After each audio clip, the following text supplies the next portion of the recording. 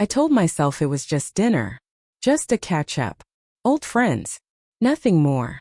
I even stood in front of my mirror before I left, repeating it under my breath like a prayer. You're not that woman anymore. You've moved on. But the second I saw him, all of that dissolved, like it never even mattered.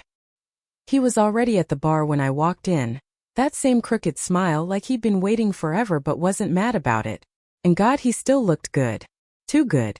Tan skin, sleeves rolled up, that lazy confidence that used to drive me crazy. I felt my breath hitch before I could stop it. He stood up and for a second I hesitated. Just 1 second. But my feet kept walking. Still late, he grinned, pulling me into a hug. His arms wrapped around me like memory, too tight, too familiar. And when I stepped back, my body didn't. Not really. He ordered my favorite drink without asking. Still remembered every detail. The way I like the rim salted but not too much. The tiny things that feel small until someone gets them right. We laughed, talked about old coworkers, mutual friends, how everything had changed and somehow stayed the same. But underneath all of it there was something simmering. I could feel it in the pauses. The way his eyes lingered. The way mine did too. He never said anything inappropriate. Never crossed a line. But his fingers brushed mine once across the table. Just a casual movement. Just skin on skin. And I swear I forgot how to breathe for a second. I looked away. But I didn't pull my hand back right away. Not until it became obvious. Not until I felt my promise, that quiet vow I made after the last time, cracking like thin glass inside me. That was the moment I should have gone home. But he smiled. And suddenly I didn't want to. It's strange how memory doesn't fade. It just waits. One smile from him and I was back in that apartment. Back in that breathless silence after we first crossed a line we swore we never would. Back in that ache that lasted for weeks after I walked away. The last time nearly broke me. He wasn't mine then, not really. And I wasn't his. We were both tangled in other lives, pretending we weren't falling. Pretending we could stop. But when it all fell apart, when I left, when he didn't chase me, I promised myself I'd never be that girl again. The one who believes a stolen night is worth 1,000 mornings of regret.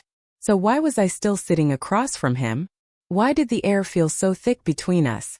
Like every breath was a question neither of us wanted to answer. We finished dinner. He paid before I even saw the check. Classic him. Always one step ahead. Always quietly in control.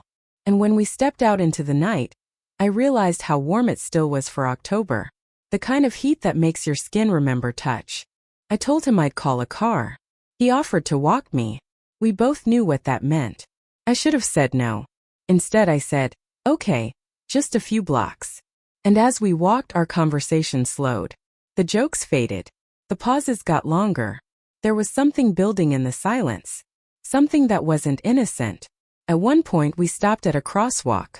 The light was red, the street was empty. And I felt his hand, not on mine this time, but on the small of my back. Just resting there. Steady. Warm. Like it had always belonged. I didn't move. Didn't speak. 'Cause maybe I wanted it too much. Maybe I just wanted to feel that someone else needed me. Even if it was the wrong someone. Even if it meant breaking the same promise all over again. We reached the corner where I should have turned. My place was just 3 blocks away. A clean exit. A clean conscience. But I stopped walking. So did he. There was this charged silence between us. Like the moment before thunder. I could feel his eyes on me, searching. Not pushing. Just waiting to see which version of me would win, the one who'd grown, or the one still haunted by the way his voice felt in the dark. I should head home, I whispered. He nodded. Yeah, you should. But neither of us moved. The streetlight flickered above us, casting shadows across his face. And for a second he looked almost unfamiliar. Like a dream I'd woken up from too fast, but still wasn't ready to let go. He took a step closer. Not a full step. Just enough to let the space between us shift. I didn't come tonight to make things complicated, he said. I just miss talking to you. I swallowed hard. We both know it was never just talking. He didn't deny it. Didn't need to. Because his eyes were already answering mine. And when his hand reached up, slowly like he was still giving me time to stop him, and brushed a strand of hair behind my ear, I felt something unravel. Not my body, my will. It was in the way my breath caught, the way my skin warmed under his fingertips, the way the street, the world, the consequences just faded. I should go, I said again, softer now. You can, he said. But he still didn't step back. And neither did I. Maybe it was the way the night smelled like jasmine and heat. Maybe it was the way he looked at me like he knew every version of me, and still wanted the one I was trying not to be. Or maybe I was just tired of pretending I didn't want him to kiss me. I could have said good night. But I didn't. He didn't touch me again. Not right away. But his presence filled every inch of the space between us. It was the way his gaze dropped to my mouth, then back to my eyes, like a silent question neither of us needed to ask. I felt it in my chest first. That slow ache spreading warmth under my ribs, rising like a tide I couldn't hold back. Every warning, every memory of why this was dangerous. Dimmed beneath the pulse I could feel in my throat. He leaned in just enough for me to feel it. The heat of his breath brushed my cheek. And for a heartbeat we hovered there. Not touching. Not kissing. Just suspended. I still remember how you used to look at me, he murmured. Like I was the only person you couldn't lie to. I blinked but didn't look away. You weren't. His hand moved then, slow, careful, resting lightly at my waist. Not claiming. Just asking. And I could have stepped back. Could have broken the moment with a word. But I didn't want to. I wanted to fall. So I let my body answer. I leaned in just enough that our foreheads touched. His skin was warm, his breath uneven. I could feel the tension in his fingers as they gripped me tighter, not pulling me closer, just grounding us in the gravity we both tried to resist. He whispered my name. And in that soft, broken sound I heard it. Everything he hadn't said since the last time we let this happen. The regret. The hunger. The guilt. The hope. It all lived in that one word. And when our lips finally met, not rushed, not desperate, just impossibly tender, I felt something deeper than lust. I felt history.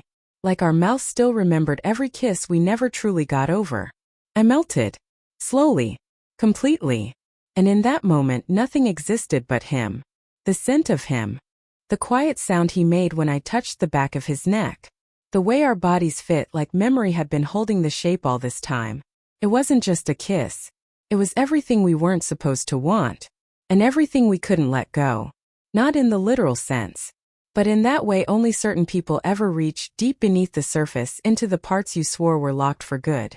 His arms wrapped around me fully now, and I felt myself fold into him like I had 1,000 times in dreams I never admitted. My hand slid up his chest, memorizing the way he'd changed and the ways he hadn't. That same steady heartbeat. That same quiet strength. He kissed me like time didn't matter. Like nothing had ever ended. And maybe for a moment nothing had. The city noise faded. My thoughts blurred. The only thing sharp was the way he held me. Firm, certain, like he was afraid letting go would ruin everything. I never forgot you, he said against my mouth. I almost answered. But then his lips found that spot beneath my ear. That one place he somehow always knew. And my body betrayed me. My knees softened. My breath left me. I pressed my forehead into his shoulder.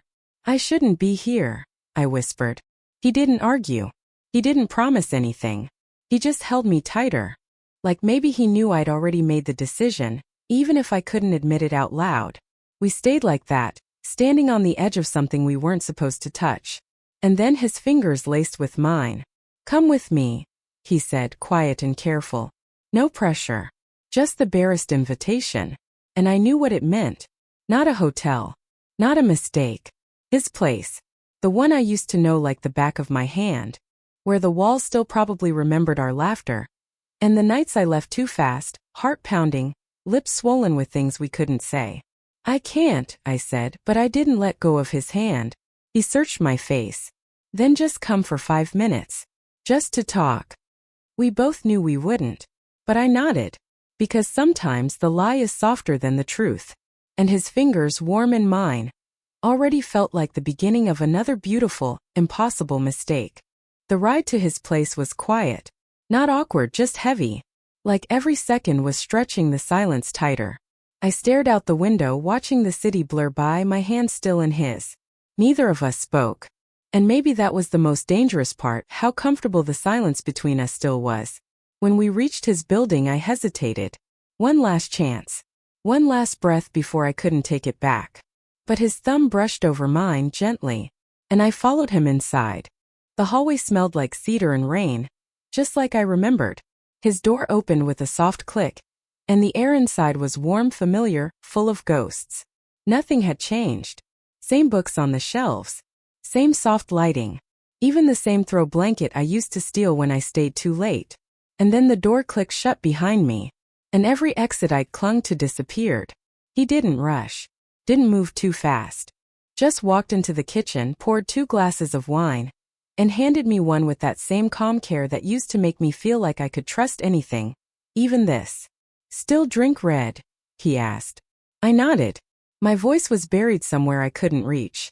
He sat beside me on the couch, close but not touching, the kind of closeness that speaks louder than contact.